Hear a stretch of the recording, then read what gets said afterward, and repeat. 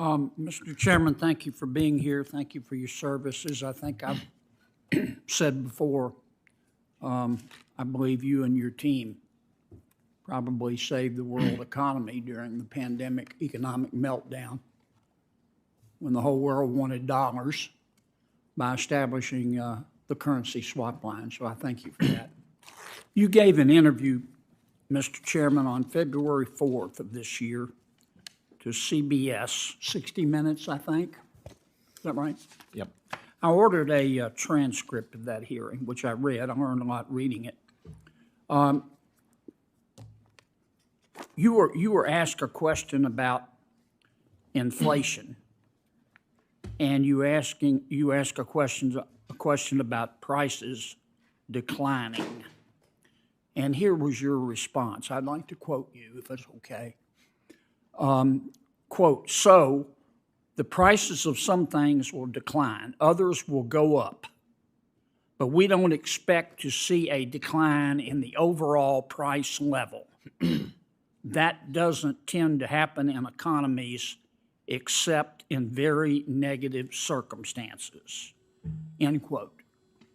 Did I quote you accurately? I believe you did. Okay. Later in the interview, you were asked about the national debt. Do you recall that? I don't actually, but I'm sure that's right. Okay. Well, at least according to the transcript, your answer was, and again, I'm quoting you, "In the long run, the United States is on an unsustainable fiscal path. The U.S. federal government's on an unsustainable fiscal path. And that just means that the debt is growing faster than the economy. So it is unsustainable." End quote. Do you remember saying that? I've said that many times. I think that's uncontroversial. Okay. Later in the interview, you said, I want to quote, "You know, I would just say this, integrity is priceless. And at the end, that's all you have. And we plan on keeping ours," end quote. Is that an accurate statement? Yes, it is. Okay. That's why I want to ask you about the FDIC. Have you read the article in the Wall Street Journal entitled, quote, "Strip clubs, lewd photos, and a boozy hotel, the toxic atmosphere at bank regulator FDIC," end quote? I think I did read that a couple months ago. Did you read the article entitled, I quote again, "FDIC lawyer stayed on paid leave for weeks after child porn arrest," end quote? I don't remember that one. Okay, did you read the article entitled, also in the Wall Street Journal, quote, "FDIC chair, known for temper, ignored bad behavior in workplace," end quote? Honestly, I don't. I read so much. I can't. I remember the broad story, but not particular stories. Did you read the article in which a former female employee of the FDIC allegedly recalled her male colleagues saying women needed to use sex to get ahead at the FDIC? I do not recall that. No. Okay. Did you read the article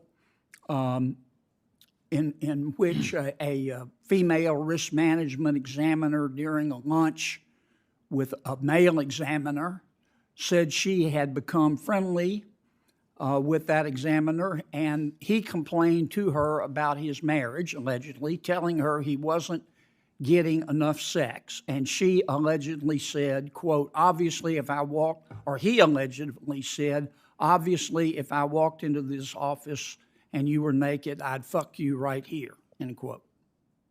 I do not remember that, and I think I would. Okay.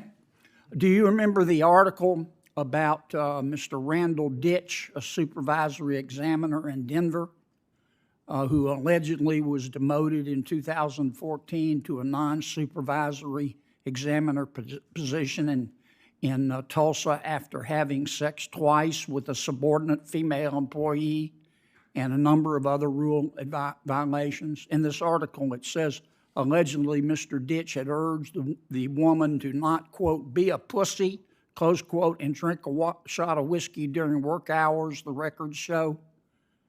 Do you recall that? I do not recollect Okay. that. No. Here's my question. I could go on for a while. Could go on, but you're not going to go on. So you've passed your 5 minutes. Do your question once. Sir? Senator Kennedy, your time's already expired. You can do one. You did 5 minutes, consumed the whole 5 minutes with your monologue of, Well, you did 6 minutes. I timed it. I asked my, You did 6 minutes. Senator Kennedy, for months, I have let you go way over the 5 minutes. You get your question, But you did 6 minutes.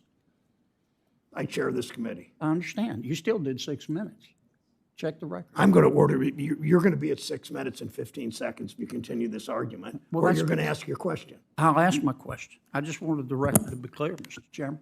Mr. Chairman, in light of these allegations, if they're proven, how can the FDIC lead this charge for Basel End Game 3, which is going to turn the banking community upside down?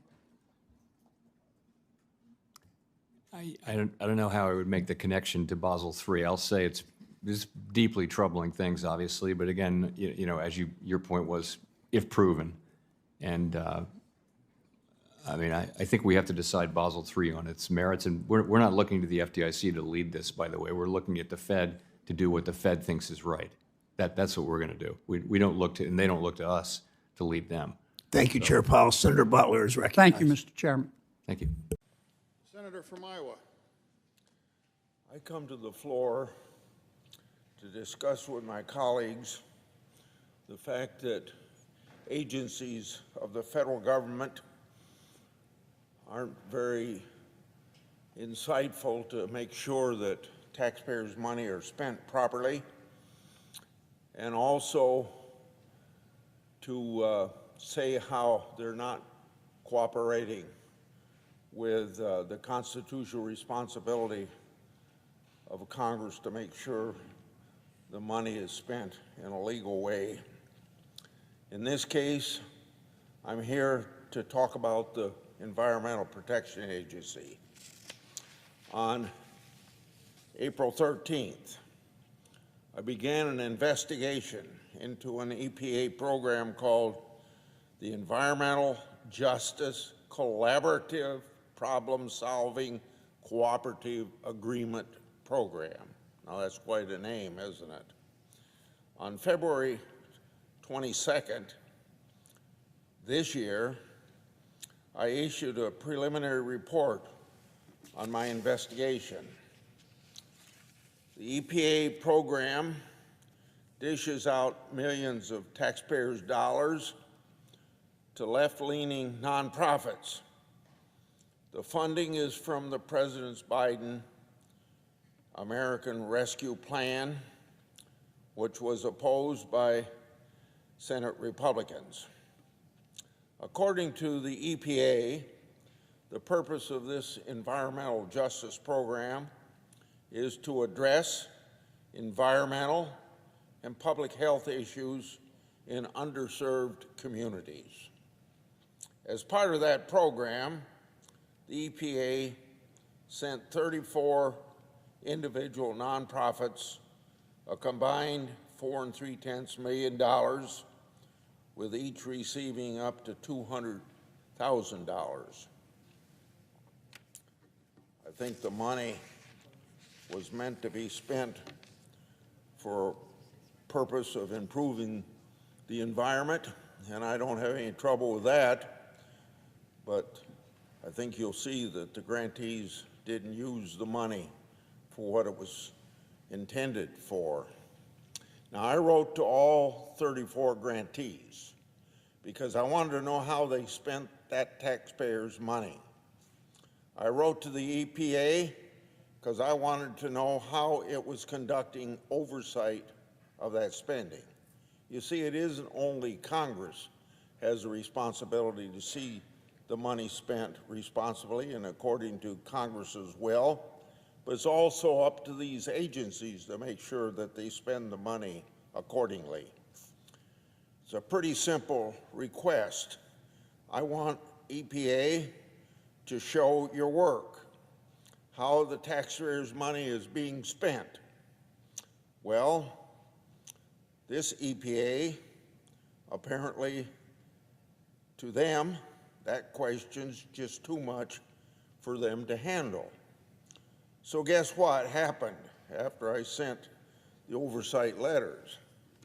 The EPA interfered and told these 34 grantees that they, meaning the EPA, would handle the Grassley request. This led many grantees to refuse compliance with any congressional oversight request and also obstruct my efforts of getting answers for the taxpayers.